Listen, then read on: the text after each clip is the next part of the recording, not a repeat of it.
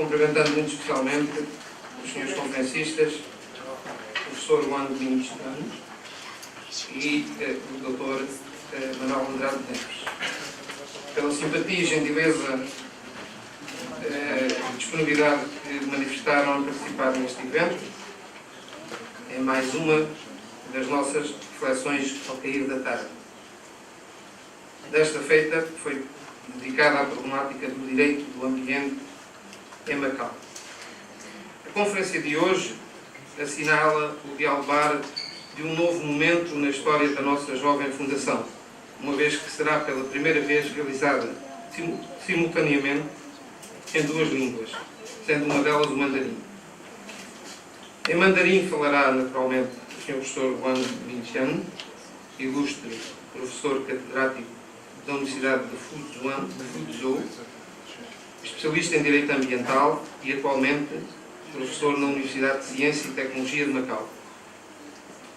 Em português, contaremos com o Sr. Dr. Manuel Andrade Neves, ilustre advogado e mestre em Direito do Ambiente e Ordenamento do Território.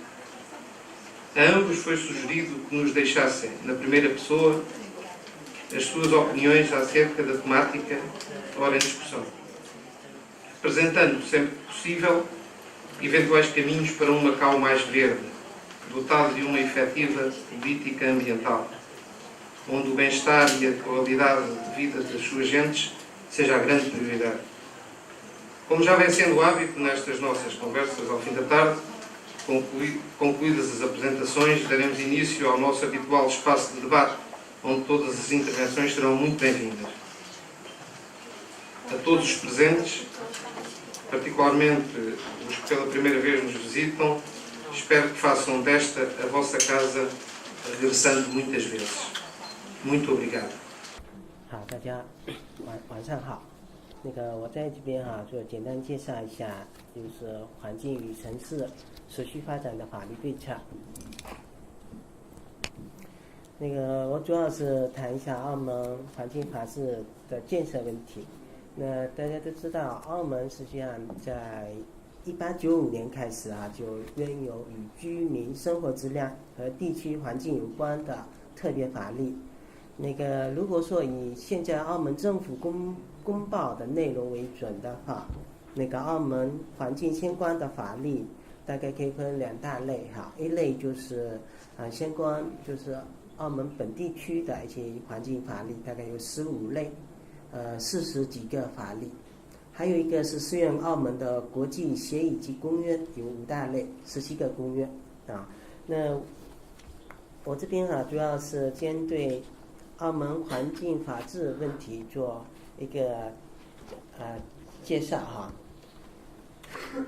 首先我们大家知道只有一个地球这个是原来人类环境会当中的一段就是非常有名的话就地球是我们人类共同的家园，环境问题是全人类面临的共同问题，人类有权在一种能够过尊严和福利的生活环境中享有自由、平等和充足的生活等条件的基本权利，并且负有保护和改善这一代和将来的世世代代的环境的庄严责任这个是我开个头，就是只有一个地球，应该说我们大家都能认识到，这是1972年6月5号在瑞典斯德哥尔摩召开的人类环境会议里面去穿插单。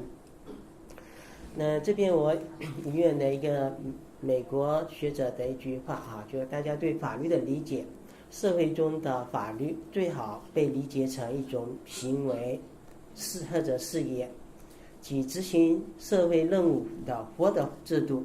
法律制度也不仅仅是规则的整体，它还要对社会的需要、压力和灵感做出相应的反应这个是我们对法律的一种理解的。然后下面这一段话是联合国环境与发展委员会里面一篇文章《我们的共同未来》当中讲到环境问题，我就简单介绍一下。实际上我们现在不管是国家的或者国际社会的法律，它是远远落后于世代发展所以我们立法就是从环境保护的角度来讲，我们有重新进行制定法律的必要是以使人类的活动与自然界的永恒普遍的规律相协调。在约翰内斯堡召开的那个就人类发展会议当中就里约环境与发展宣言当中的一段话这一段话实际上表现一个大家注意，就是人类处在普遍关注的可持续发展问题的中心，他们应该享有以与自然和谐方式过健康而富有生产成果的生活权利，这是我们要明确的一个问题。在一个各国制定有效的环境法律、环境标准、管理目标和重点，应反映他们所应用到的环境与发展范围。第三一点的表现，各国应制定关于污染和其他环境损害责任和赔偿受害者的国家法律。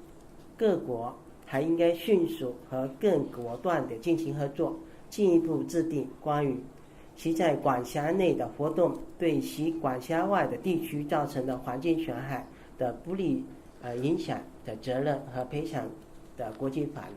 也就是从国际社会来讲，我们都一直在强调就是制定环境法的必要。那下面我就单提从法治的角度就是就开一个引言，就是法治是人类文明进步的重要标志，法治是以和平理性的方式解决社会矛盾的最佳途径。那个人与人之间的和睦相处，人与自然的和谐共生，国家和国家之间的那个和平发展都需要法治加以规范和维护。澳门在重视法治、建设法治社会的同时，也应当重视环境法治建设，坚持法治之道，强化环境法治，完善监管体制，建立长效机制，是澳门环境与城市持续发展的必有之路这是我在讲的就是开个头下面我讲第一个大问题，就是澳门环境问题那个主要的对策。那个从这几年来看澳门应该说创造的经济发展的奇迹，但是在经济高速发展的过程中排在我们面前也有许多问题。环境与城市持续发展就是一个非常重要的问题。现在应该按照什么样的方式来发展澳门经济？我们要转变从前只重视经济发展而忽视环境保护的错误做法，否则就无法实现可持续发展目标。因此呢，我们要充分认识到澳门城市持续发展中出现的环境问题，并采取一些旨在促进污染预防、治理和生态建设的对策。这些对策主要包括以下4个方面。那这4个方面这内容也是非常多，我只简单说一下，就是一个创新和落实环境政策。这个环境政策就涉及到政府里面的非常非常多的方面第二个是要制定实施环境法律跟法规这也是我们在澳门环境保护当中的一个重点。第3个就是开展环境宣传和教育。关于环境宣传教育这个问题可以这样认识，在人类各种活动都充满危机的时候，教育成为发展策略的中心，是推动反省构造新的价值观的工具。一方面呢，要维护人类赖以生存的大自然系统，另一方面要保障人类的生活质素。在大部分技术性解决办法都无济于事的时候，环境教育今天被建议为解决人类与环境之间所有问题以及自然系统失灵的灵丹妙药。也就是如果科技还有法律还有其他不好解决，环境教育应该是非常重要的。我可以举个例子来讲就是我们在教育人们敬畏生命，主要是为了更好的爱护人类自己。有一个漫画家叫丰子恺先生曾经教育小孩，不要肆意怨脚去踩蚂蚁，也不要肆意怨火或者怨水去残害蚂蚁。他认为自己那样做不仅仅是属于一种灵敏的心，更是怕小孩那一点点那个残忍性以后扩大开来，以至于驾着飞机端着炸弹去轰炸无辜的平民。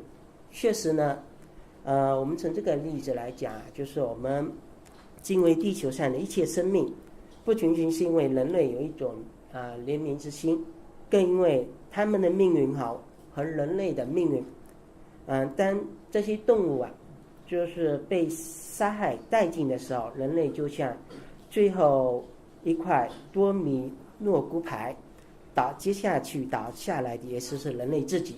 所以我觉得开展环境教育跟宣传从某种角度来讲，可以弥补那个我们好多方面的不足，特别是科技方面的不足这是很重要的一个方面。这个是那个红树林我们澳门这周边在红树林那下面第二个问题，我谈一下澳门现行的环境法制的缺失。应该说现在当前澳门环境法制是存在的许多不足。具体表现我把它归纳于下面几个方面第一个是立法体制存在的严重缺失。这个表现在澳门纲要法当中，是澳门环境政策的总纲和基本原则的法律化。这部法律在1991年1月31日由立法会通过，2月28日呢颁布实施。这部法律立法的背景呢，就是集中立法体制集中体现了那个澳门当时的那个政治体制。当时葡萄牙主权机构仍然可以为澳门立法，澳门总督的专属立法权限涵盖与视线范围上和重要性大大超越于那个立法会的立法权限。澳门总督对立法会立法享有充分的影响和控制能力，这就是澳门立法体制的根本特征。这种殖民主义的立法体制反映在澳门环境保护立法工作是明前滞后的，主要体现在澳门环境纲要法这一澳门环境保护法律的纲领，从刚公布到现在已经明显落后于世界潮流，对环境保护的迫切性、科学性，就是澳门法律呢，和环境保护法律缺乏可持续发展的理念。可持续发展的理念，最初是指国家应该以一种可持续发展的方式，开发和利用自然资源。今天呢，这个理念已经从理论走向实践，并成为社会发展的主导模式和各国环境立法的基本理念。那立法的目的是法律的定位。那91年澳门环境纲要法第5条规定，这部法律的立法目的和措施，界定为有一个适合健康和安居、社会和市民文化发展，甚至改善生活之处的环境，必须采取措施，特别是对下列方面。那这个条文很显然，它是定位于改善人的生活和优化环境，未能明确提及可持续发展的理念。那现代环境法没有体现和落实可持续发展的理念，绝对是环境法治的一个重大的缺失这是很明显的一个不足。第三个表现不足表现就是缺乏那个确定性，就是环境法律条文缺乏确定性和可操作性。那环境法律条文当中的确定性和可操作性，简单说就是对所立的法律条文内容要具体明确，要有针对性、实用性，要广院实用，能解决实际问题。环境法规具有法的一般特征，它是一种普遍的、严谨的行为规范。为人们的行为提供模式、标准、验识和方向，具有指引、教育、评价、预测和前置作用。所以法规条文不能含糊不清、模棱两可，必须明晰化、可操作。这是法律法规内在的本质要求。条文缺乏确定性、可操作性不强，是澳门环境立法的主要缺陷。具体表现就是原则性、宏观性、纲要式的规定比较多，细化量化的规定较少，表现在条文当中经常用及时、限期、按时、增强、加大或者有关等不确定的语言。一旦进入操作阶段，就会发现法规条文的规定变得不具体、模棱两可，很难为执法提供明确清晰的依据。第二是提倡性、号召性、宣示性条款较多，实质性具体化条款较少，表现在条文当中常常用积极的、鼓励、加强、支援等收欠的语言，在内容上与政策相差不大。一旦碰到复杂的实际问题，就会发现法规条文的规定界限不清、职责不明，在实际中很难操作。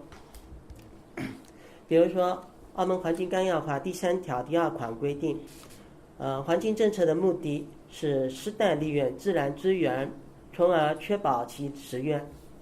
那法律规定在文义上明显流于表面和肤浅。众所周知，澳门自然资源严重缺乏，土地资源短缺，水电能源、食品等生产生活资料全部靠进口。因此，如何利用自然资源是环境政策的一个重点，但不是澳门环境问题的重点。而保护环境、防治污染、公害对居民生活影响，善用土地资源，搞好城市规划，为居民营造良好居住环境，珍惜能源和饮水，还有防止浪费，才是澳门环境资源保护的重点范畴。第4个表现就是缺乏系统完善配套的环保执行法规。澳门环境保护工作能走上正轨，要有系统完善配套的环境保护执行法规。但目前澳门的现状是，环境法律配套之后，不少环境法律的条例、规章、标准、政策迟迟不能出台，影响法律的贯彻执行。澳门环境纲要法只是一个纲领性的法律，由于它的条文内容确定性和可操作性较差，造成环境立法之后为一些官僚推卸责任提供理由。第5个表现就是公众参与环保活动令人遗憾。环境权是公众依法享有在健康适宜的环境中生存和合理利用资源的权利，以及有效参与政府环境管理和决策的权利。环境权是环境民主原则的基本内容，它奠定了公众参与环境保护的理论基础。具体上表现就是公众的知情权，还有公众的环境参与权，还有公众环境的救济权等等。由于澳门地域狭小，土地资源和经济资源缺乏，经济以博彩业为龙头产业，博彩产业投入少，产出高，博彩税支撑其公共行政大部分开支，相当一部分经济行业与博彩业有直接和间接关系。本地工业不发达，城市建设规模小，环境污染源头少，因此作为一个旅游小城，澳门环境污染不是很严重的。结合普世的南欧城市风格，优美的海岸、百年的古龙、朴实的民风、宜中宜欧的民俗，对内地游客、香港游客、台湾游客和外国游客都各具特色的吸引力。访客来澳门都很客气的赞扬，澳门环境挺好的，这也是澳门政府环保不作为的老本和依据。同时，澳门本地居民和新移民普遍文化知识不高，民主精神不足，参与能力不强，环保诉求不高。因此呢，从总体上讲，澳门公众参与环保活动不够完美，这是令人十分遗憾这一点在澳门生活当中都可以表现出来。第6个缺陷呢，表现就是说环境权害救济制度是不有这个制度是不够的在环境法治建设当中，除了通过行政规制事前防范污染发生之外，如何在污染发生之后呢，使受害人能合理公平地受到赔偿填补其权害，避免因赔偿问题导致民众抗争，影响社会安定与经济发展，则成为环境权害救济制度设计上的一个重要课题。一个完整的环境权害赔偿制度必须能同时兼顾环境权害被害人与加害人两方的权益，一方面使被害人能真正获得赔偿，另一方面使加害人确实对其造成的权害负责，以符合污染者付费的原则。但是依据现行的澳门环境法律制度，对环境污染仍然存在许多漏洞，以至于现行的制度呢无法实现上述的目标。这上面就是我对澳门现行的环境法治不足的做出分析那下面我谈谈我对澳门环境法律制度完善的一些建议这也是不成熟的建议在这边抛砖引玉仅供参考。大家如果有更好的建议都可以反映过来，我们互相交流。我希望为我接下去的研究可以提供更多的帮助。为了完善澳门环境法律制度，我个人认为应该做好下面几个工作。第一个，要明确环境立法的目的和立法原则。因为环境立法目的是指立法者在环境法理念的指导下，根据其对环境法的功能的要求从可供选择的法律价值体系当中，为环境法设定一个价值目标，是制定环境法律时所希望达到的目的和实现的结果。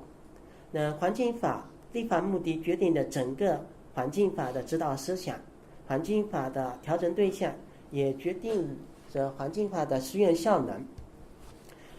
环境立法的指导原则是指为了实现环境保护目标，在法律上充分体现环境生态价值与经济价值，在起草、制定和修改环境法律草案过程中，对立法者具有指导意义的基本原理和基本方法，联系澳门社会的实际。我们可以认为澳门环境立法的指导原则应当包括下面这几个。第一是尊重和体现生态规律的原则，第二是以可持续发展为导线的原则，第三是突出和运用环境经济学方法的原则，第四呢，便于操作和适用法律规范的原则这是我认为的4个原则。第二个完善的建议就是确立可持续发展影响评估制度。澳门立法会应当建立一套立法的可持续发展影响评估制度，今后无论是何种立法，都应当按照决定可持续发展的环境、社会、经济3大要素所确立的相应指标进行立法影响评估，不应像过去的法律那样顾实施彼。立法可持续发展影响评估它实际上可以为我们澳门立法的发挥下面5大功能这5大功能我简单介绍一下。第一个是预测功能，就是对澳门的立法项目出台后对可持续发展重点领域经费产生什么影响进行分析预测。第二个是矫正功能，就对澳门立法项目当中不符合可持续发展原则的那个规定，建议予以矫正，避免出台后产生不良的影响。第三是完善功能，对立法项目体现可持续发展思想和原则不充分的，建议予以充实，使之完善。第四个是协调功能，对可持续发展某些领域澳门立法项目的政策目标以及政策措施与可持续发展战略其他领域立法项目不协调的，建议予以协调一致，实现协调的发展。最后一个功能就是终止功能，对违背可持续发展战略的立法项目，建议不予立项批准，立法程序呢也可以因此而终止。对立法进行可持续发展影响评估的意义在于，在立法程序的早期充分考虑将要制定的行为规范所产生的可能的环境、社会、经济影响，将可持续发展的目标通过一定的立法技术手段纳入法律制定过程中，为立法机构制定法律提供全面的环境资讯，不仅是一种技术手段，更是立法策略的一个辅助工具。第三个建议就是修改和完善澳门环境纲要法。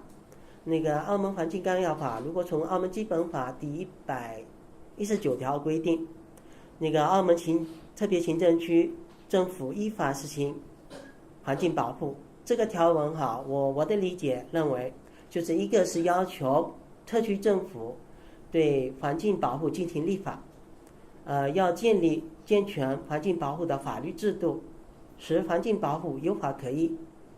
第二个就是把环境保护规定在第5章经济当中，表明基本法要求特区政府在制定经济政策时必须重视环境保护。基本法关于依法实行环境保护的纲领性规定是修改和完善澳门环境纲要法的重要依据。当然，修改澳门环境纲要法有一定的难度，会引起澳门特区政府各个部门的关注。比如说立法会主要关注就是环境纲要法在澳门环境法律体系当中所属的地位跟应有的功能。司法机关呢，宪法院他们关注的是环境纲要法与其他单项环境法律在法律效力以及法律适用上的牵互关系。行政机关则基于他们的环境管理许可权以及不同的利益需求关系，他关注点就更广泛。在澳门以行政为主导的政治体制中，澳门环保局对环境纲要法的地位和作用的认识，也是直接影响和决定的这部法律的修改。这是澳门环保局在这部法律应该也是修改起的一个非常重要的作用。修改和完善环境纲要法是澳门实现可持续发展目标的需要，而明确环境纲要法的修改目标以及对该法在澳门环境法律体系当中的法理合理定位，是修改是否成功的关键。通过对世界各国各地区的环境立法进行比较分析，我们认为应当将环境纲要法修改成为澳门环境保护的基本法，要明确它的地位、主要内容、基本原则、基本制度，特别是要重视政府的环境责任，环境政策目标，环境规范、环境影响评估制度，在法的实用上协调单项环境法律与澳门其他法律，特别是有关民事法律、刑事法律和程序法律的关系。第四个建议就制定系统配套的环保执行法规。图法不足以自行，任何法律都必须以贯彻执行才能有效。因此，要使澳门环境法发挥应有的实效，必须制定系统配套的环保执行法规。我们可以针对水、空气、噪声、固体废物、危险化学品、等各个领域的不同特点，制定不同的环保配套法规以执行法律。同时，应当建立和完善不同的环境法律制度，如建立和完善行政命令加控制的制度，这也是世界各国加强环境执法的一个趋势。建立和完善以环境税费为主要手段的绿色收费制度等等这些也都是非常重要的那个措施。第5个建议呢，就是健全公众参与环境保护机制。在澳门仅依靠特区政府的力量来保护生态环境是远远不够的，应该建立一个以政府为主导、公众有积极性、支持参与决策、管理和监督的环境政策机制。最后一个建议就是建立那个环境权害社会救济制度。环境权害的补偿方式主要有民事救济途径和社会救济途径2种方式。民事救济途径主要是借助诉讼的手段，通过对侵害人权害赔偿等侵权责任的追究，实现权害的填补，进而践行有权利就有保护，有权害必有救济的法律理念。那社会救济途径主要有以下几种，比如财务保证制度、环境权害赔偿基金制度，还有环境责任保险制度这些制度建立也是不容易的，对那个澳门环境保护也是有好处那我的报告简单讲到这就欢迎大家提出那个意见谢谢大家。Muito boa tarde. Antes de mais, queria agradecer à Fundação Concunha o convite que me fizeram para vir aqui falar sobre ambiente e desenvolvimento sustentável. O tema que me traz aqui hoje, como viram aqui da apresentação do professor Minjane, é um tema vasto, complexo,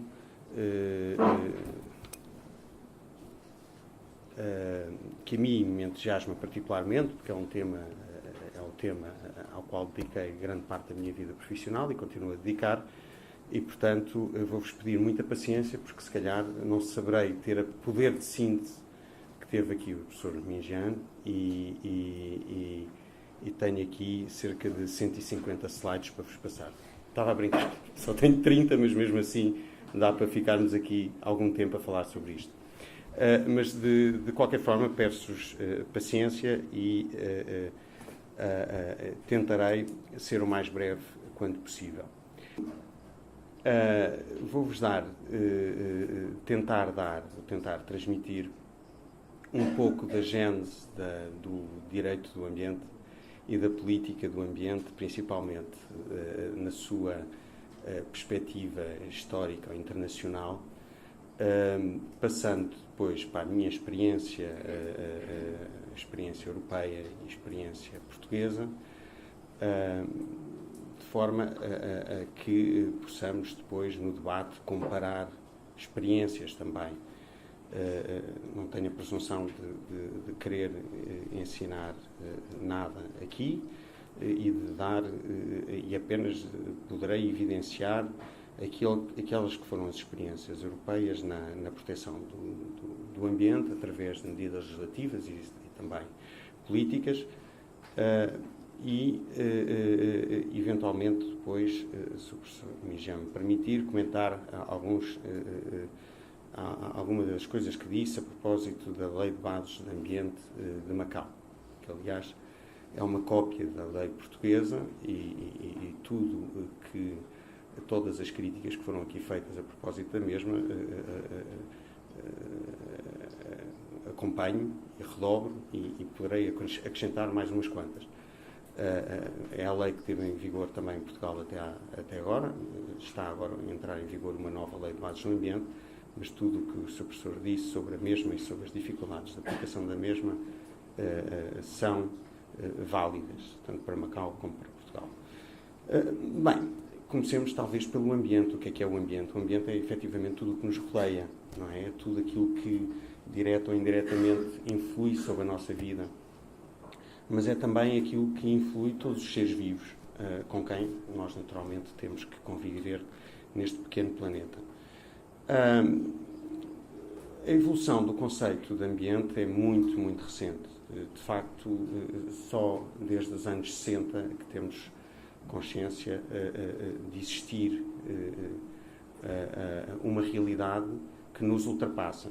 Já lá iremos um pouco mais em detalhe, mas, de facto, houve fenómenos que levaram a esta tomada de consciência, a crescente intervenção do homem, principalmente a partir de meados do século XX, sobre o território, sobre os recursos, o aumento demográfico e um impacto sobre esses mesmos recursos que isso originou, e também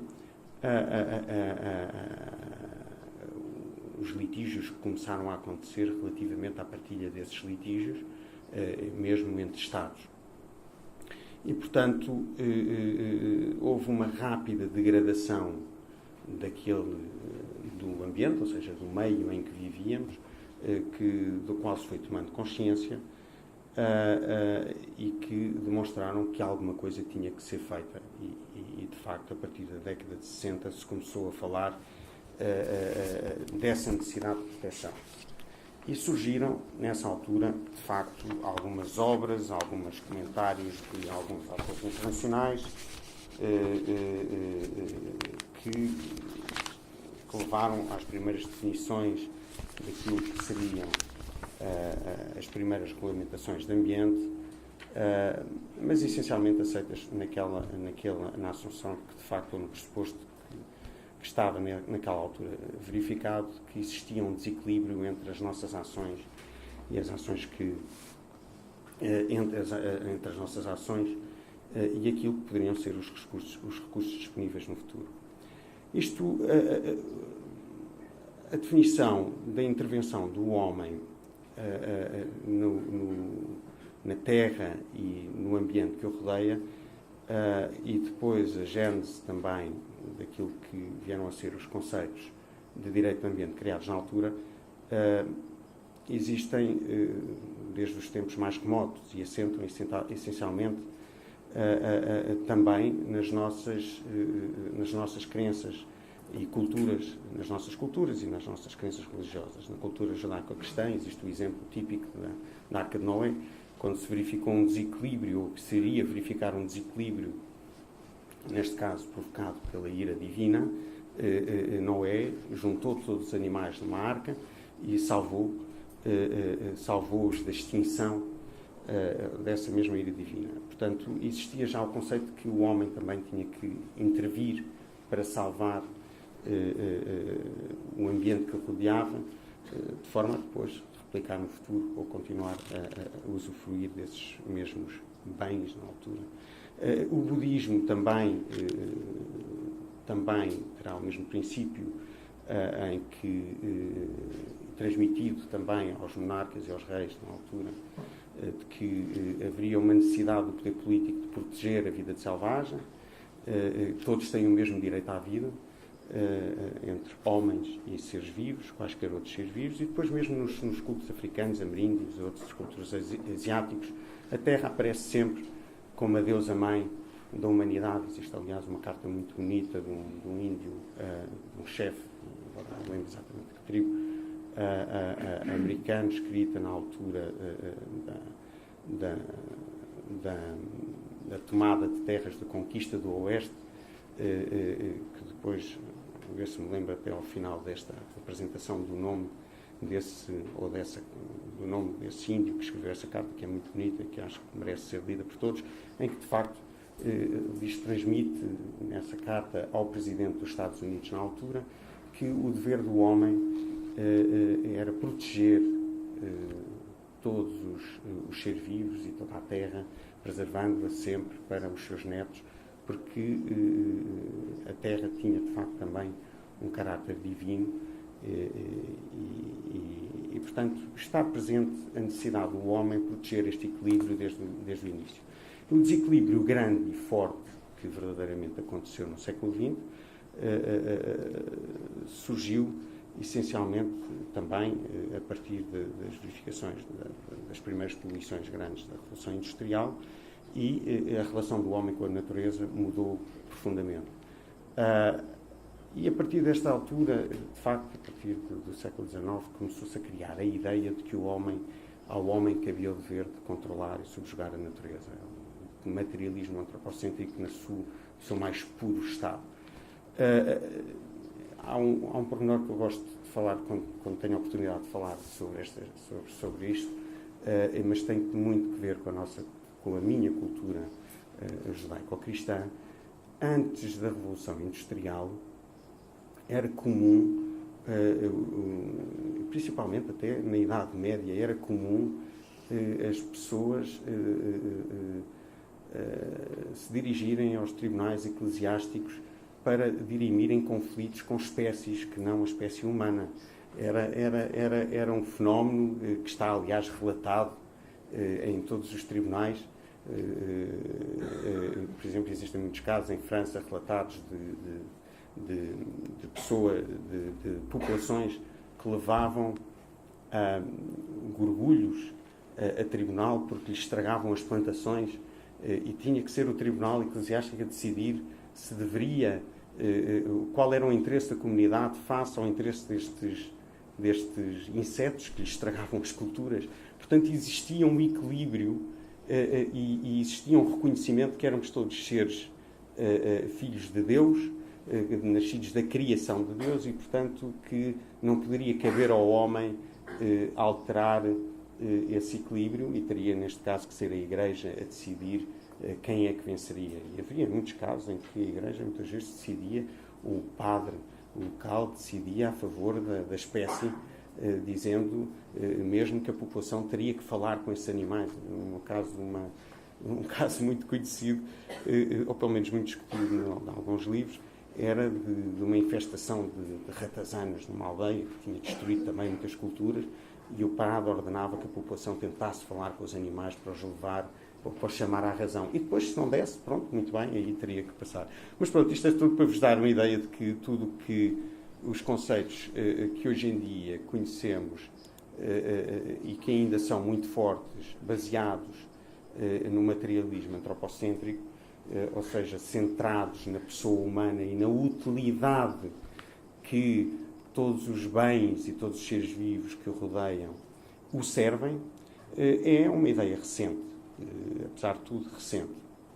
E temos, de facto, um antropocentrismo em sentido restrito, que tudo merece, a ideia de que tudo apenas merece existir enquanto for útil, o subordinar à sobrevivência da espécie humana, e, portanto, está também subjugado à economia do mercado. Há um primado da autorregulação neste conceito. Depois temos o antropocentrismo em sentido lato. Sociedade, temos que ter em conta as necessidades atuais da humanidade, mas aqui também pensado, isto já é um conceito desenvolvido nos finais do século XX, mas também temos que ter em atenção aquilo que serão as gerações futuras. Mas isto tudo sempre centrado no homem.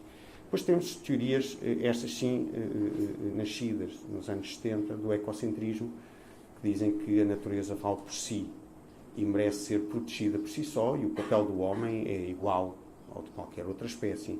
E ao homem, enquanto também, apesar de tudo, animal racional, cabe a ele tomar a sua função, a proteger essas espécies, todas elas, mas em posição de absoluta igualdade.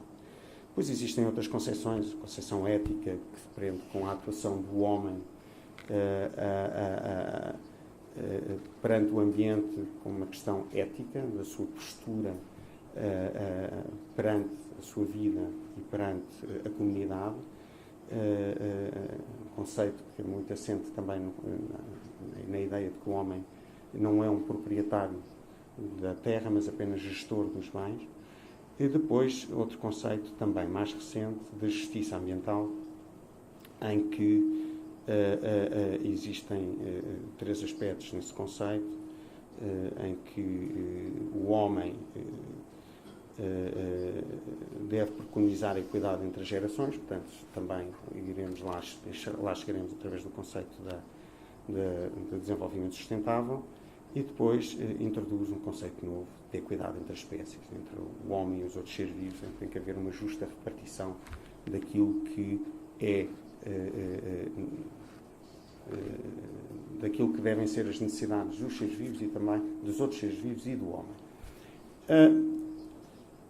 Eu agora, como comecei a falar ainda por cima mais devagar, acho que atrasarei um pouco mais esta apresentação. Entramos ainda nos anos 60, portanto, estão a ver.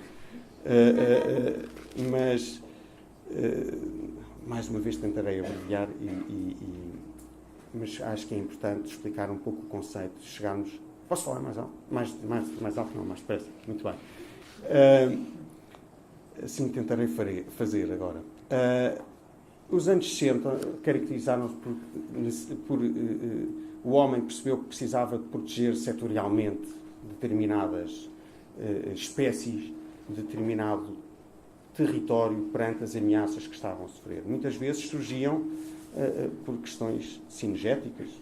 Havia um grupo de caçadores que queria proteger uma área porque estavam a desaparecer certas espécies que eles gostavam muito de caçar, e gostam, com certeza ainda, e protegiam-se então essas áreas de território, mas pronto, rapidamente se percebeu que essas espécies se calhar mereciam uma proteção por si próprias e não apenas por causa da sua utilidade para a caça, e começaram-se a proteger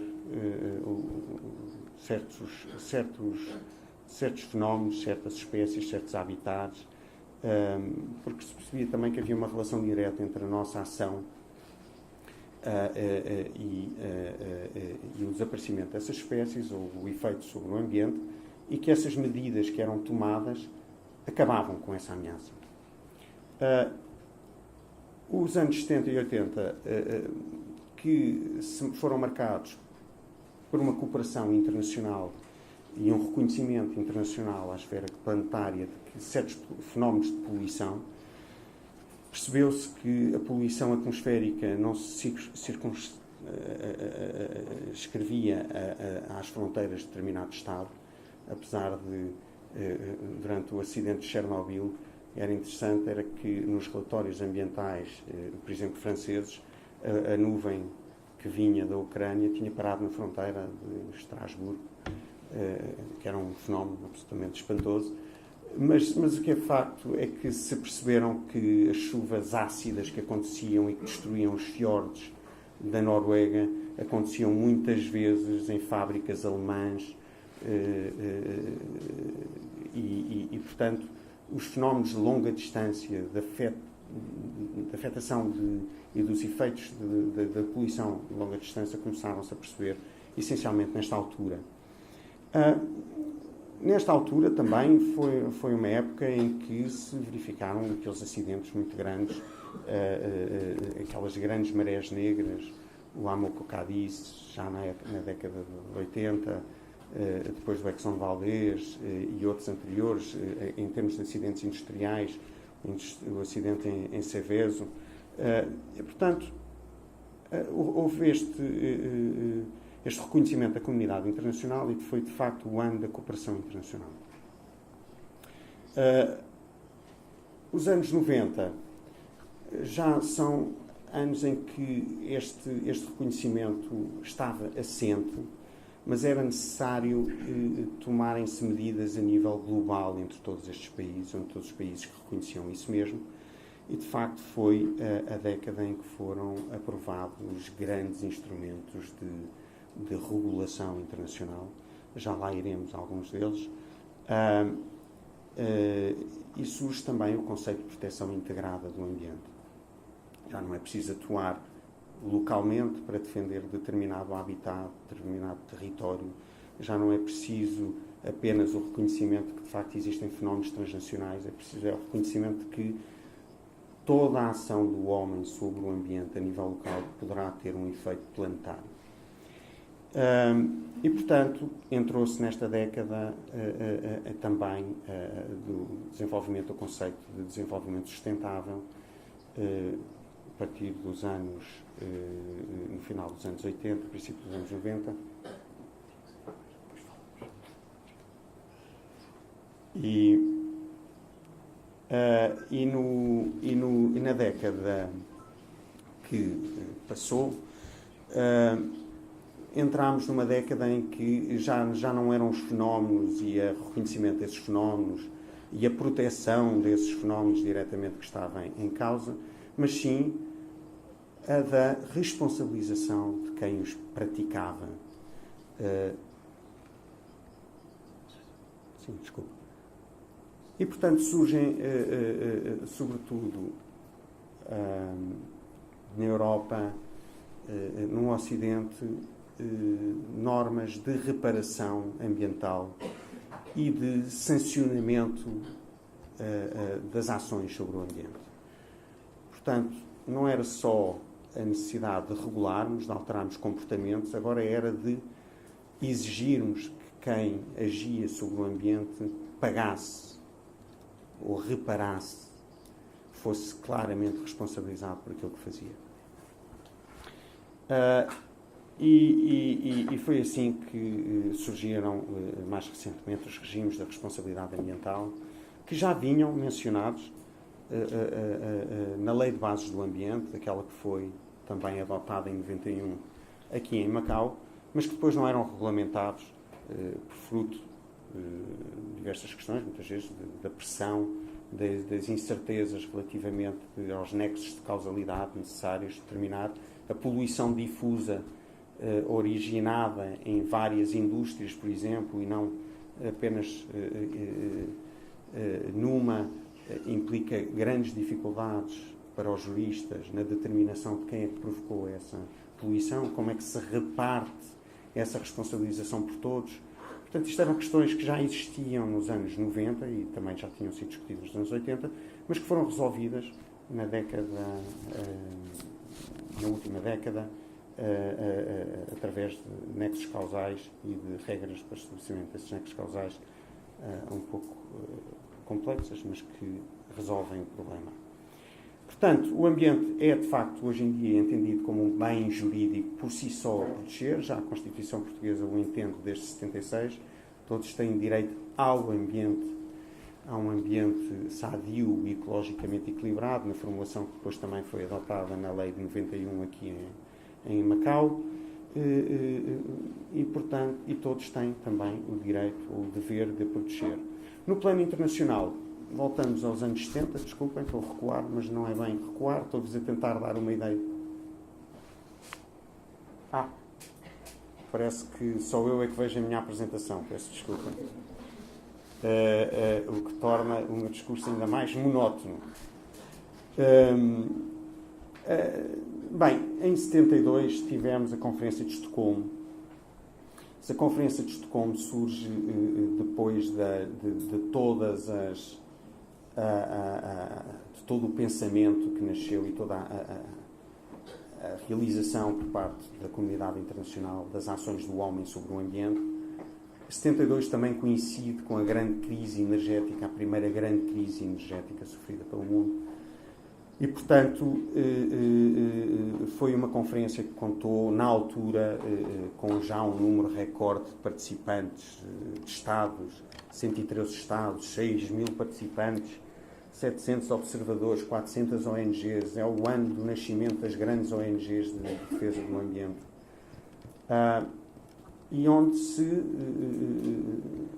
estabelece logo ao princípio logo ao princípio, no final da conferência, mas um princípio absolutamente determinante para todos os ordenamentos jurídicos que consagram o direito ao ambiente, o princípio da salvaguarda do ambiente e da necessidade de garantirmos condições de vida e de qualidade de vida ao homem e a responsabilidade de proteger e melhorar o ambiente também, para as gerações presentes e futuras. Ainda não existiu o conceito de desenvolvimento sustentável como ele existe hoje, mas a ideia de que era necessário preservar hoje para aqueles que virão já tinha aqui nascido.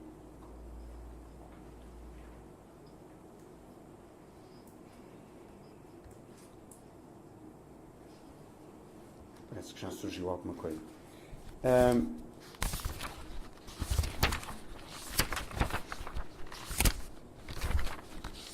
A seguir à Conferência de Estocolmo, temos o relatório Brundtland, que depois onde aí surge, de facto, a primeira vez o conceito de desenvolvimento sustentável, onde lá já iremos nesta apresentação, tenho para aí mais uns 20 slides só sobre o desenvolvimento sustentável. Mas este relatório surge em finais dos anos 80, em preparação da Conferência do Rio. Em preparação da Conferência do Rio, é sim um fenómeno a nível internacional, a nível de cooperação internacional e basicamente tendo na altura sido a multilateral a nível diplomático maior que tinha sucedido até à data. Contou, já não com 6 mil participantes, mas com o dobro também de países relativamente à Conferência de Estocolmo, mas teve também resultados bastante mais importantes. A Cimeira do Rio, a Cimeira da Terra, como é conhecida, de 92, determinou a Agenda 21, mas foram também nela negociados e assinados várias convenções absolutamente determinantes para o futuro do direito ao ambiente. A Convenção das Alterações Climáticas, a Convenção da Proteção dos Recursos Florestais, a Convenção da Biodiversidade, conceito que praticamente nasceu no Rio de Janeiro, pela boca de um grande cientista que lá estava, o Cyril de Clem, que estabeleceu esse conceito e que foi depois traduzido para uma conferência, para uma convenção internacional, também hoje em dia absolutamente importante, e a adoção da Agenda 21 com medidas concretas para a proteção do ambiente.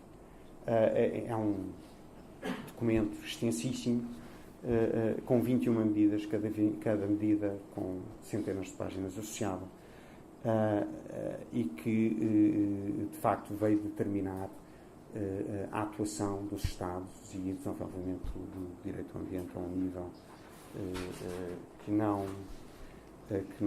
que antes não estávamos habituados. Depois tivemos, em 2002, a chamada Rio+10, de Joanesburgo. Felizmente não se avançou tanto como em 92. E, finalmente, a Conferência Rio+20, de 2012, este ano, que também será considerada por muitos, principalmente por muitos ambientalistas ou para quem nesta área se move há mais tempo, como um verdadeiro flop. Não sei se isto depois se traduz aí dentro, mas foi de facto uma conferência que não trouxe muito de novo. Houve reconhecimento de muita coisa que já tinha sido reconhecida, já tinha sido determinada em 92. Houve um compromisso político internacional, de facto, relativamente ao desenvolvimento sustentável, se calhar num formato muito diferente daquele que estávamos habituados, mas discutiu-se muito a economia verde, que basicamente a ação dos Estados, através da sua política legislativa e dos seus instrumentos de mercado, em fomento de uma economia verde, para que houvesse verdadeira internalização dos custos ambientais nas empresas, e depois também uma nova estrutura de governação para o desenvolvimento sustentável no âmbito das Nações Unidas. As Nações Unidas tinham um programa ambiental que não teve resultados verdadeiramente úteis até hoje, e em 2012 terminou-se outro modelo. Depois reafirmou-se na Conferência Rio+20 o princípio das responsabilidades comuns, porém diferenciadas. Este princípio é absolutamente fundamental para os países em desenvolvimento. Aliás, a China teve grande participação na definição deste conceito. De facto, o que se entende, e se entendeu logo desde 92, é que existia uma diferença entre aquilo que eram exigências dos países industrializados e já desenvolvidos e aquilo que eram as exigências e as necessidades de desenvolvimento dos países em desenvolvimento. Perdoem a redundância. Mas os países do norte da Europa e ocidentais que já tinham atingido certos níveis de desenvolvimento e que queriam impor um modelo de proteção ambiental aos outros países em desenvolvimento, faziam-nos, ou tentavam fazê-lo, principalmente em 92, esquecendo-se as necessidades de desenvolvimento que os países que tinham economias ainda incipientes e indústrias incipientes gostavam de desenvolver. O que é que isto quer dizer? Quer dizer que os países em desenvolvimento diziam: parem lá, porque vocês já atingiram um estádio tal e já esgotaram os recursos de tal forma que nós também temos direito em utilizá-los, pelo menos os nossos, e não podem ser os senhores a imporem restrições sobre a utilização dos nossos, porque nós queremos chegar exatamente ao mesmo patamar de desenvolvimento económico e queremos ter o vosso nível de riqueza. E, portanto, tem que haver, e diziam, e dizem, e bem, responsabilidades comuns, porque reconhecemos que o ambiente precisa de ser protegido a uma escala global, mas essas responsabilidades têm que ser diferenciadas. O Brasil, por exemplo, dizia: eu contribuo com o maior sumidor através da selva amazónica, contribuo de forma absolutamente fundamental para a sobrevivência do planeta, mas também, se quiserem que eu proteja a selva amazónica, tem que me dar a oportunidade de eu me desenvolver e de industrializar, como, se quiserem, eu bem entender. A China dizia um pouco a mesma coisa e este conceito surgiu aqui e, aliás, voltou a ser frisado pelo governo chinês, preparando-se para a convenção, para a conferência do Qatar sobre as alterações climáticas.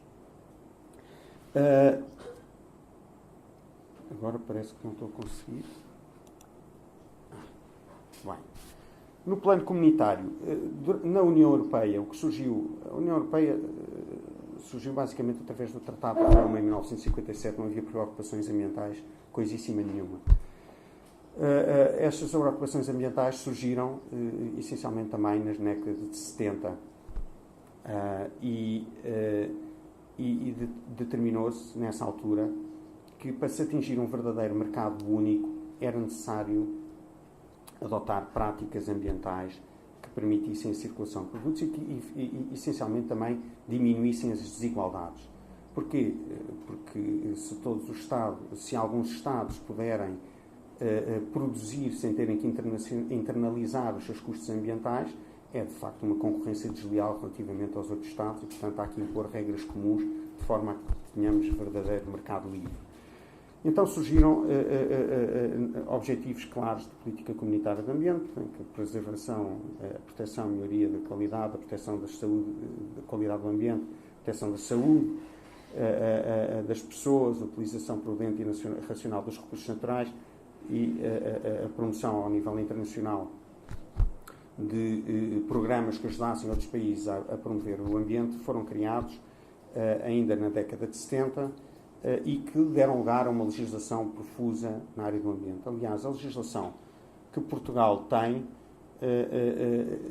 na área do ambiente surge, apesar de ter sido precursora na Convenção de 76, na Constituição de 1976 e na sua Lei de Bases do Ambiente. É preciso ver que a Lei de Bases do Ambiente, que foi aqui corretamente criticada, nasceu em 1987 e não havia nenhuma regulamentação igual em mais nenhum país da Europa, com aquela profundidade, apesar de ser vaga, de necessitar de regulamentação, mas tudo o que havia sido discutido em 72 e até ao relatório Brundtland estava nessa Lei de Bases do Ambiente. Era apenas como um instrumento programático e que não trazia no dia-a-dia nenhuma alteração absolutamente essencial. Portanto, a expressão desenvolvimento sustentável, e aqui voltamos, nasceu verdadeiramente do relatório Brundtland em 87 e subjacente ao mesmo é a noção de que a economia e a sociedade estão cada vez mais interligados à escala regional, nacional, mundial, com causas e efeitos que ultrapassam as nossas gerações e se prolongam para o futuro. Eu vou poupá-los aqui às várias definições e aos princípios onde ela é listada, porque senão estaríamos aqui até à meia-noite. Mas gostava de entrar em princípios que são hoje comumente aceitos como princípios gerais do direito internacional do ambiente. O princípio da prevenção. O princípio da prevenção é, de facto, a pedra basilar. O Sr. Professor falou aqui hoje nele, falou através de um instrumento básico, onde já lá iremos, que é o paradigma deste princípio. Mas este princípio assenta basicamente no seguinte: nós sabemos que aquilo que viermos a fazer ou agir, as nossas ações sobre o ambiente, sobre aquilo que nos rodeia, podem ter um caráter permanente, irreparável. E que, portanto, temos que ter consciência disso e temos que preventivamente analisar todas as nossas ações de forma a que se apure o verdadeiro estado do ambiente, se veja exatamente os efeitos da nossa ação sobre o ambiente e que se procurem, se for possível, as medidas de minimização e de compensação dessas ações sobre o ambiente. Portanto, o que se pretende é que se encontrem medidas de reconstituição para que esse ambiente possa ser preservado de outra forma, de uma forma diferente, no futuro. Porque quando nós assentamos um hotel, ou seja o que for, eu falo num hotel porque temos aqui muitos, em cima de uma zona protegida, com uma espécie protegida, que tem importância, mesmo que não seja só para o homem, para o ambiente, no seu todo ou para determinado habitat, se assentarmos esse hotel, podemos pôr em risco a sobrevivência dessa espécie nesta zona, nem que seja, para sempre. E, portanto, temos que pesar se aquilo que é um investimento, se calhar, necessário para o desenvolvimento da região, vale a pena, ponderado face a essa destruição desse habitat, vale a pena. E se valer a pena, que medidas é que se propõe o promotor fazer para compensar essa mesma destruição? Dou-vos um exemplo muito concreto. Bem, só para dizer qual é que é o paradigma deste princípio, a avaliação de impacto ambiental, que o Sr. Professor salientou aqui como sendo, de facto, essencial adotar em Macau. Bem sei que não existe um regime de avaliação de impacto ambiental impositivo, mas apenas facultativo. Na China, parece que o governo central já existe um regime de avaliação de impacto ambiental, sei que Hong Kong existe. Em toda a Europa Ocidental esse regime existe, aliás também nasceu nos Estados Unidos, mas para vos dar um exemplo muito concreto do que é que se chegou com este regime de avaliação de impacto ambiental em Portugal. Eu acompanho como advogado um cliente das maiores empresas mundiais de energias renováveis que ganhou um concurso para construir 4 barragens em Portugal. O governo português entendeu que não tinha suficientemente desenvolvido a sua capacidade hídrica ou de utilização da sua capacidade hídrica para a produção de eletricidade e lançou vários concursos para barragens. Um deste conjunto de barragens, do Alto Tâmega, como é chamado, foi adjudicado a uma empresa chamada Iberdrola. Essa empresa desenvolveu um estudo de impacto ambiental e nesse estudo de impacto ambiental verificou-se que uma das barragens que seria construída afetaria irremediavelmente uma espécie de mexilhão conhecido como nome científico Margaritifera margaritifera. Dizem que não serve para comer e diziam e eram apenas 20 exemplares. O que é certo é que esta descoberta levou a que esta barragem fosse chumbada. E esta barragem não se vai construir. Porquê? Porque se entendeu que na ponderação, mal ou bem, poderão discutir isso, nem sequer o faço, entendeu-se que a destruição para sempre, em Portugal, daquela espécie, não compensava aquilo que se queria obter através dessa barragem, a produção de energia elétrica. E, portanto, a Iberdrola ficou apenas com a possibilidade de construir 3 barragens. Portanto, isto é, se calhar, um exemplo extremo, mas a avaliação de impacto ambiental serve para isto e para coisas muito mais pequenas. E também a ponderação, às vezes, não tem que ser entre uma espécie e uma espécie que se põe em risco para sempre e a construção do hotel. Pode ter que ver com a qualidade de vida e com o impacto socioeconómico que poderá ter essa construção relativamente à vida das pessoas. Se se entender que, por exemplo, um hotel, mais um hotel de grandes dimensões no território de Macau, enquanto na forma como ele existe, por exemplo, poderá ter impactos tais sobre o sistema de resíduos, de gestão de resíduos, sobre as águas, sobre os recursos hídricos de Macau, sobre os efluentes, de forma a que o governo de Macau não possa ter a capacidade de gerir adequadamente, diminuindo a qualidade de vida dos seus cidadãos, se calhar deverá ponderar que o benefício que traz esse hotel não é suficiente, a não ser que imponha a esse promotor desse hotel que construa mais uma estação de tratamento de águas residuais, que compense a população que ali vive com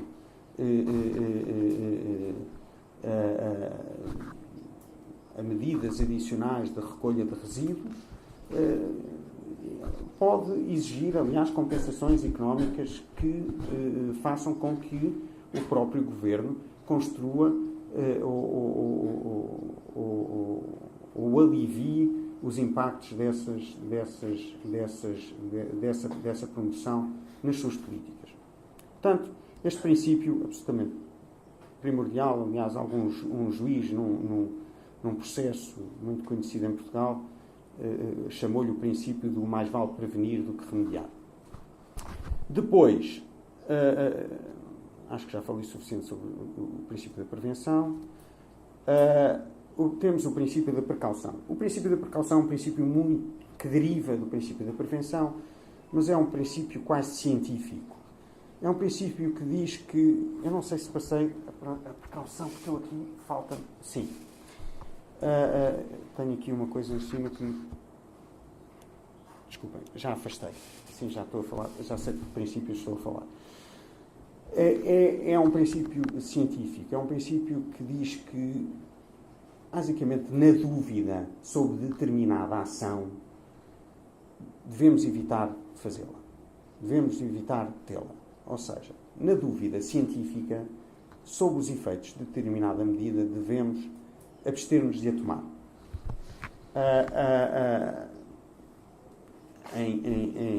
Depois, nós juristas temos a mania de latinizar todos os princípios, chamamos-lhe o princípio indúbio pro ambiente, ou seja, na dúvida decidimos a favor do ambiente.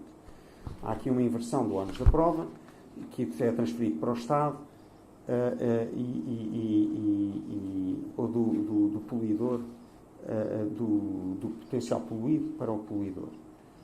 E não se faz, portanto, não se deve fazer, não se deve tomar determinada ação. Este é um princípio muito utilizado, principalmente relativamente aos organismos geneticamente modificados. As associações de promoção do ambiente usam muito isto porque entendem que não se sabe exatamente os efeitos sobre a saúde pública e sobre o ambiente da utilização de organismos geneticamente modificados.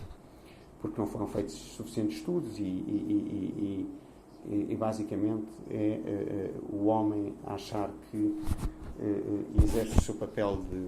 exerce o papel de Deus, playing God. Depois temos o princípio poluidor-pagador, muito desenvolvido também a partir da década de 70, mas que é um princípio essencialmente de internalização, é um princípio económico, ao contrário do que se pensa, não é um princípio de direito, de responsabilização. É um princípio de direito, não é um princípio de responsabilização, é um princípio económico que assenta na ideia de que o poluidor tem que internalizar o custo da poluição que está a causar. O que é que isto quer dizer? Quer dizer que aquela indústria que tem muitos efluentes tem que tratar esses efluentes de forma a que eles não causem impactos sobre o ambiente. E isto implica, naturalmente, maiores custos de produção. Mas pronto, é isto, basicamente. Ao contrário do que muita gente pensa, isto não quer dizer que o poluidor que polui é obrigado a pagar, ou é responsabilizado, ou tem que ressarcir o dano. É de facto um erro muito comum. É um princípio em que o que está em causa é que aquele que polui deve, de facto, tomar em consideração o custo dessa poluição na sua produção. Isso está na Declaração de Estocolmo já em 72, não vale a pena, estamos a perder aqui muito tempo. Em Portugal temos muitos tipos de ofensas ecológicas ou ofensas ao ambiente. A poluição atmosférica é um caso deles, as perturbações de níveis de luminosidade também. Seria difícil aqui em Macau, porque eu cheguei a Macau à noite, portanto tenho que me perdoar, mas a primeira coisa que eu vi foram as luzes, e é natural. Não fiquei ofuscado, mas fiquei naturalmente maravilhado. Mas, por exemplo, em Portugal considera-se que existe poluição luminosa quando, por exemplo, quando iluminamos um monumento, estamos a afetar a vida das outras pessoas. Ou quando o fazemos no meio da natureza, estamos a afetar outros habitats. E, portanto, temos que ter cuidado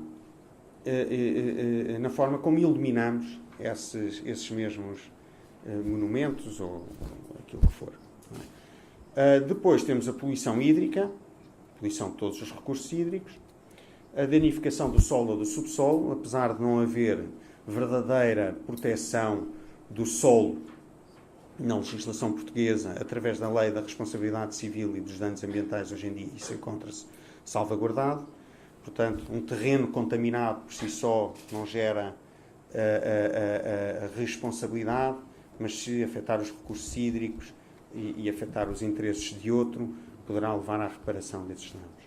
Depois, a danificação da flora e da fauna, as ofensas à paisagem, a poluição sonora, a poluição química também, que é aquela poluição que afeta a saúde das pessoas, que vem muitas vezes através da poluição atmosférica.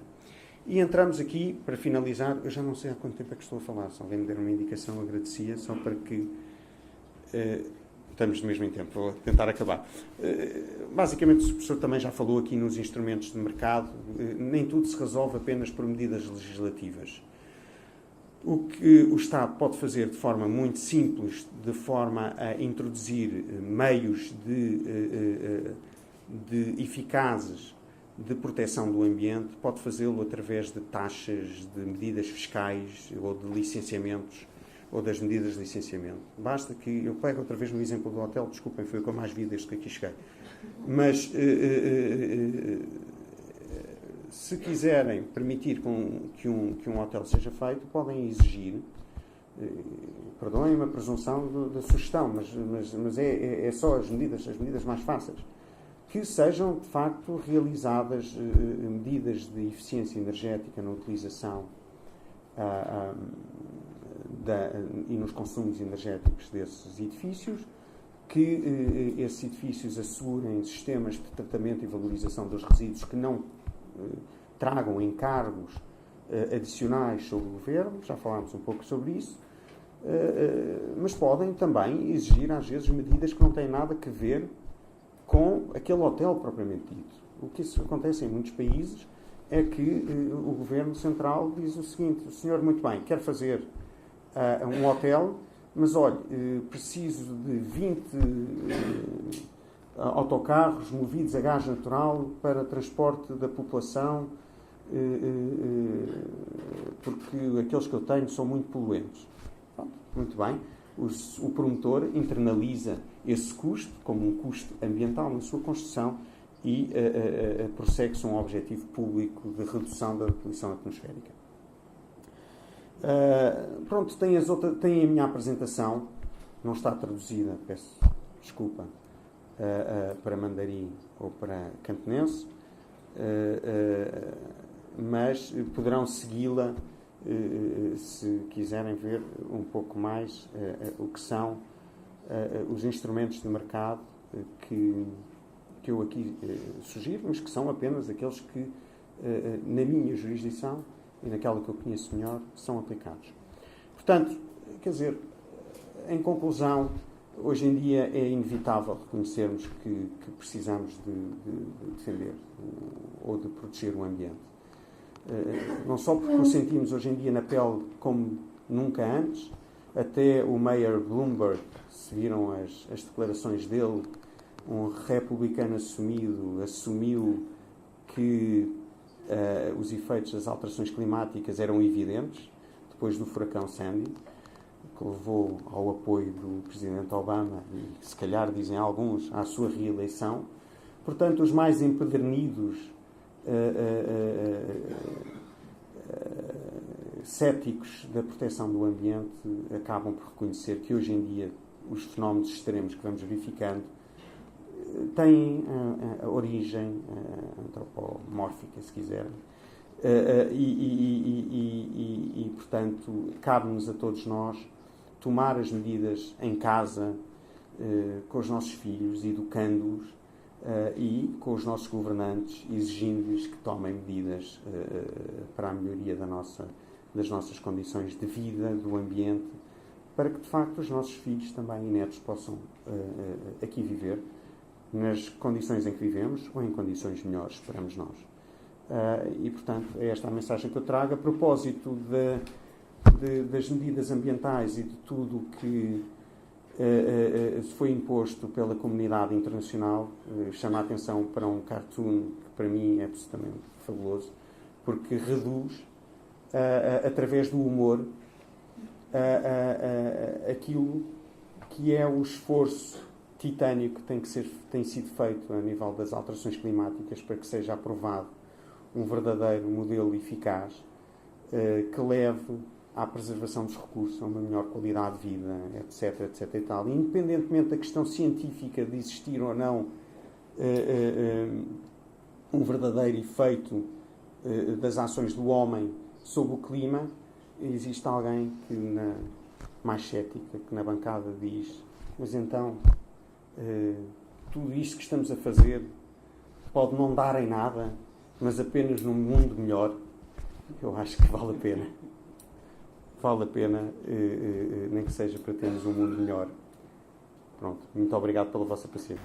Os nossos agradecimentos, naturalmente, a estes conferencistas. Foram duas visões sobre o mesmo tema, e estas duas visões são muito importantes para Macau. Agradecemos, naturalmente, e gostaríamos agora de fomentar o debate, embora já seja um pouco, já estejamos com alguma hora adiantada, mas penso que será importante esclarecer todos os temas, e por isso abrimos aqui um espaço de debate, pedindo alguma intervenção. Em primeiro lugar, quero dar os meus parabéns à Fundação Rui Cunha e a este centro pelo trabalho que tem desenvolvido. Excelente trabalho. Os meus parabéns. E depois, naturalmente, queria dar os meus parabéns aos dois conferencistas pela apresentação muito interessante que nós fizemos. Eu sou docente da Faculdade de Direito da Universidade de Macau, mas eu fiz o meu curso em Coimbra, sendo a minha especialidade o Direito do Ambiente também. Fiz mestrado também nesta área neste momento também estou a fazer o doutoramento da mesma área. Recentemente eu fiz alguns estudos sobre este tema e depois uma questão que eu acho muito interessante é sobre a tutela do ambiente nas constituições. Por exemplo, nós sabemos que na Constituição Portuguesa, desde 1976, já temos uma garantia ao direito ao ambiente sábio e ecologicamente equilibrado.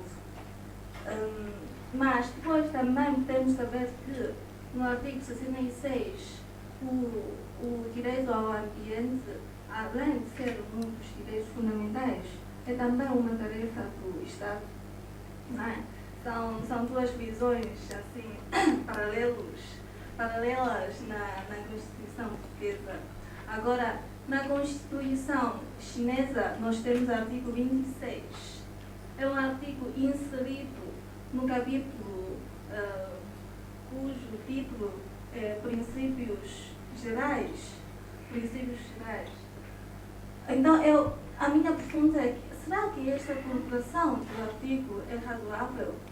Ou seja, através desta colocação, como é que nós podemos interpretar como um dos direitos fundamentais ou como uma tarefa do Estado? E depois, na Lei Básica de Macau, tal como o professor Huang referiu, nós temos o artigo 119, inserido no capítulo cujo título é Economia. Será que, eu tenho estado a pensar, será que esta colocação também é razoável? Numa parte onde se fala principalmente sobre a economia de Macau. É isso a minha dúvida, a minha pergunta. 我谈谈我的看法啊。你刚才提的这个问题，实际上也是非常重要的。因为澳门基本法制定过程当中，它虽然受到我们内地的一些影响，比如像你刚才讲环境权，你认真去看啊，我们中国内地的1982年12月4日颁布的现行宪法，它也没有规定环境权，就是到今天为止。这个环境权还是就学者上一直在呼吁要写入宪法。那你再看，在2003年，就是学者们提出把环境权写入宪法的时候，呼吁很高。2004年中国宪法修改的时候，很多学者跟公民都希望把它写进去，但是中国由于受到中国那个政治体制的影响，就把3个代表写进去，环境权没有写进去。这个对我们来讲就是非常伤心的事，但至今为止，就是环境权在很多国家是写入宪法，作为公民的基本权利的保护。到我们国家应该说理论上是有这个呼吁，而且学者们也认同，但是在立法当中真正还没有写入进去。所以我觉得应该澳门在这方面你刚才讲的是对的，我觉得也是比较滞后的。就是只有一条在经济当中，我也为什么刚才说对1991年的环境纲要法进行修改，就把它变成一个基本法的内容，我是赞同你的观点，就把环境权写入法律当中作为基本法来确定，然后作为公民的基本权利来保护。这是我的看法，就现在其实澳门跟内地在这2块都没做很好，都是很落后的。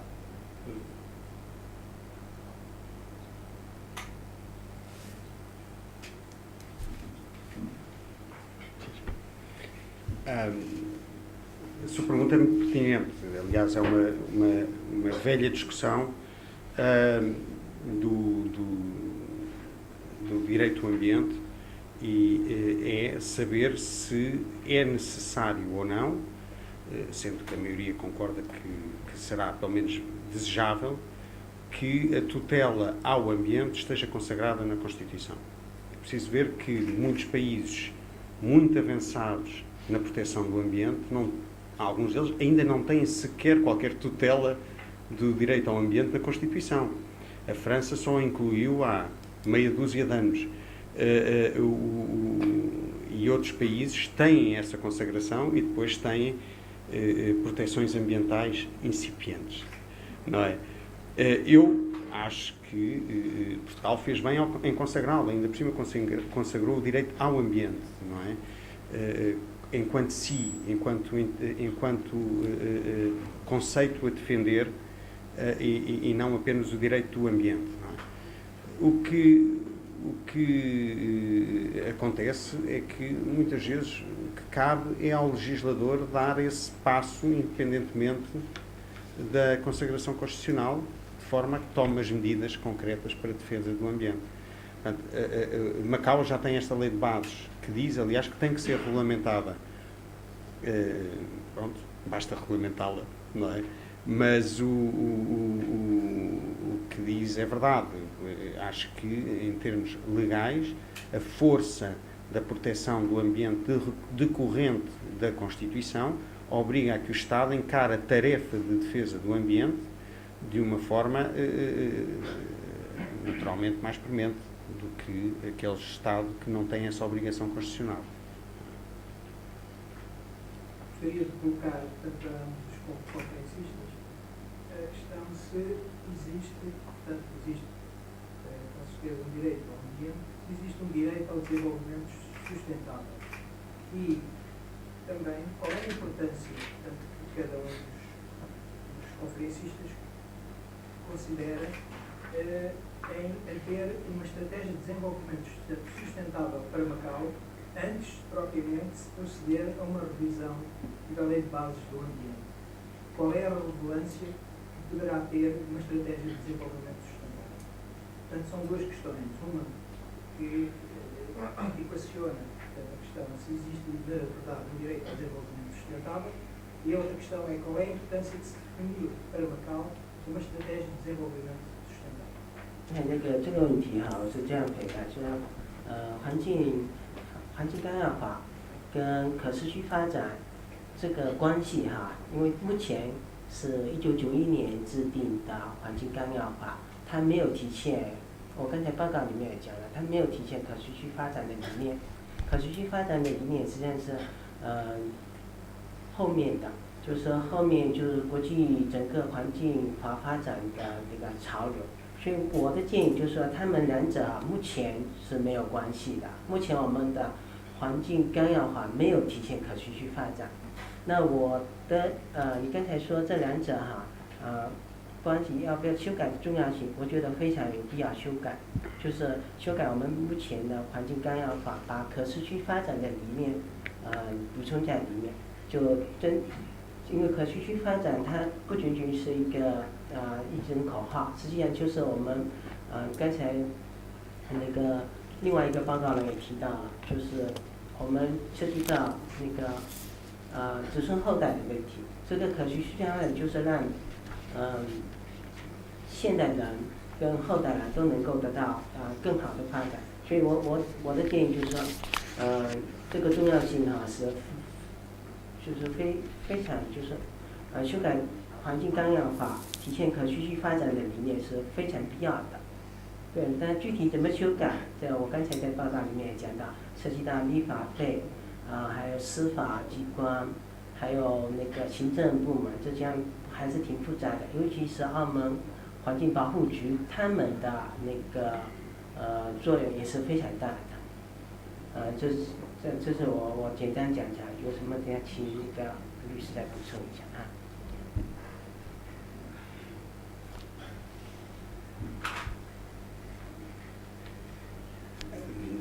Obrigado, Sr. Presidente. De facto, a Lei de Bases do Ambiente de Macau também não consagra o princípio do desenvolvimento sustentável, como eu tentei dar uma ideia da evolução internacional. A nossa Lei de Bases portuguesa não tinha esse conceito bem apreendido, até porque ele não existia. Na altura em que o relatório Brundtland saiu, depois da adoção da Lei de Bases do Ambiente em janeiro de 1987.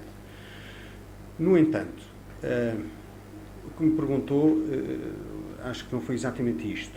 foi se valeria a pena, se tínhamos um direito ao desenvolvimento sustentável e se valeria a pena ter uma estratégia de desenvolvimento sustentável em vez de uma estratégia de ambiente. O que eu acho é que o conceito de desenvolvimento sustentável é muito mais amplo do que o conceito de direito ao ambiente, não é? E dentro do desenvolvimento sustentável está naturalmente integrado a defesa do ambiente. Mas o conceito, aliás, o conceito, para um jurista, o conceito de desenvolvimento sustentável é um conceito muito complexo, que não está sequer muito bem apreendido em todas as suas fronteiras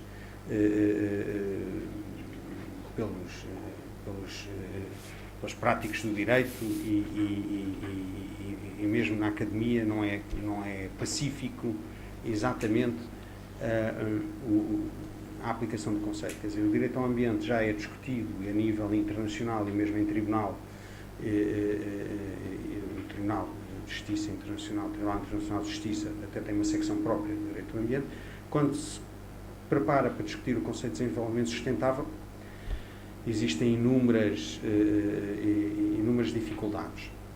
No entanto, eu entendo que o direito ao ambiente está lá dentro. Se uma estratégia de desenvolvimento sustentável para Macau, seja para onde for adotada, mas consagre medidas também ambientais, não vejo qualquer objeção e acho que pode perfeitamente confundir, no sentido em que tomar no seu interior todas as questões ambientais que foram aqui discutidas, não é? De facto, o que é necessário é que exista uma estratégia, saber para onde é que vamos e o que é que Macau quererá fazer daqui para o futuro em termos de desenvolvimento sustentável, de forma a que garanta que as suas condições económicas, políticas, sociais e ambientais sejam as melhores possíveis para as gerações futuras. E isso é planificação, é estratégia, que eu não sei se falta aqui, mas eu diria que é sempre aconselhável que se faça e pode perfeitamente incluir as questões ambientais, não necessitando de autonomizar ou fazendo duas estratégias. Não vejo necessidade disso. 立法的持续发展影响评价的问题，我在想，这个是不是属于我们所谓的那个战略环评的一个组成部分？如果是的话，那么在澳门这个地区有没有一个现实的基础？这是一个问题。还有另外一个就是刚才我们的律师主持人有提到，环境影响评价的问题。那我想问一下，就是在中国那个战略环评或者说是政策环评，在你们那边执行有没有，或者说是执行的怎么样？谢谢。好，谢谢你的提问。实际上，澳门这个环境影响评估，这个目前这个制度还是没有确立，但是从那个政府还有一个学术界对环境影响这个呼吁还是比较高的，因为最近实际上有一个那个澳门环保局从去年到今年一直都有做了几次那个澳门环境影响评估制度的一些咨询，已经也召开了好几次那个咨询会，包括业界的，还有那个公众的，那个都有做一些活动那我们澳门科技大学呢，下周一晚上也在探讨一个，就是说环境影响评估这个理论跟实践问题。那这个应该说就是从刚才我讲到那个立法当中，这环境影响评估的当中，实际上有项目评估，还有法律评估，还有战略评估。那应该说这个战略评估，在澳门这边也是有考虑的，只是不过现在现行是没有具体的制度，而且我们环评方面的人才也是基本上没有，很多都依赖于广东那边的，就是做国家环保部华南研究所那边参与那个环评。但是现实基础，我觉得政府应该是很重视的，那老百姓也有这种感觉吧，就是环评我就觉得对法律、对战略，还有对项目这环境影响评估应该说的目前我们是重视，就具体的制度还没出来，但是目前都在做，我就解释这些。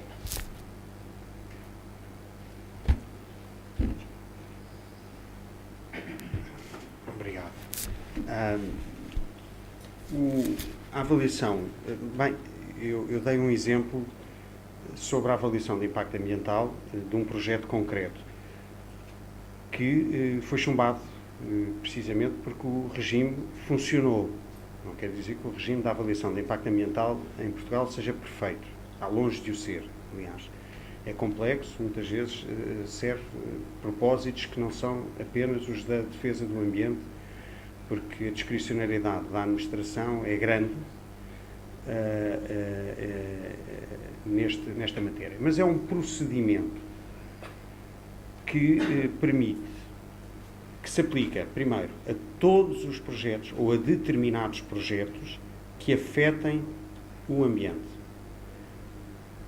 Esses projetos estão listados na legislação e estão listados de diversas formas. Ou pela natureza dos projetos, imaginemos refinarias de petróleo, estão claramente no âmbito do regime de avaliação de impacto ambiental, projetos que tenham determinados efeitos sobre o ambiente, por exemplo, projetos que levem à produção de X toneladas de resíduos, ou que impliquem X valores de poluição atmosférica, ou que levem ou que tenham mais de X trabalhadores, no caso das indústrias, ou que se incluam em zonas ou áreas protegidas. Ou seja, há áreas que são consideradas sensíveis e que, independentemente do projeto, um café, uma indústria pequena, com 2 trabalhadores sem praticamente impactos nenhuns, se localizar numa zona que se considera sensível, há a necessidade de se realizar a avaliação, o regime de avaliação de impacto ambiental, ou de submeter ao regime de avaliação de impacto ambiental. Isto é um procedimento que passa pela necessidade do promotor apresentar um estudo de impacto ambiental. O que é um estudo de impacto ambiental? É um documento que tem que seguir determinadas diretivas por parte definidas pela administração e pela legislação e que vai analisar o impacto do projeto ao nível dos recursos hídricos, da poluição atmosférica, do solo, o seu impacto cumulado, vai verificar a cumulação do seu impacto com outras indústrias circundantes. Isto quer dizer que, se entendermos que numa certa zona já existem suficientes ou que já se atingiu um determinado nível de poluição que não permite sequer mais uma indústria, por mais pequena que ela seja, esse projeto pode ser chumbado. E, portanto, vão-se avaliar um sem número de itens ou de componentes ambientais e vai-se sugerir nesse estudo as medidas que vão minimizar os impactos sobre o ambiente.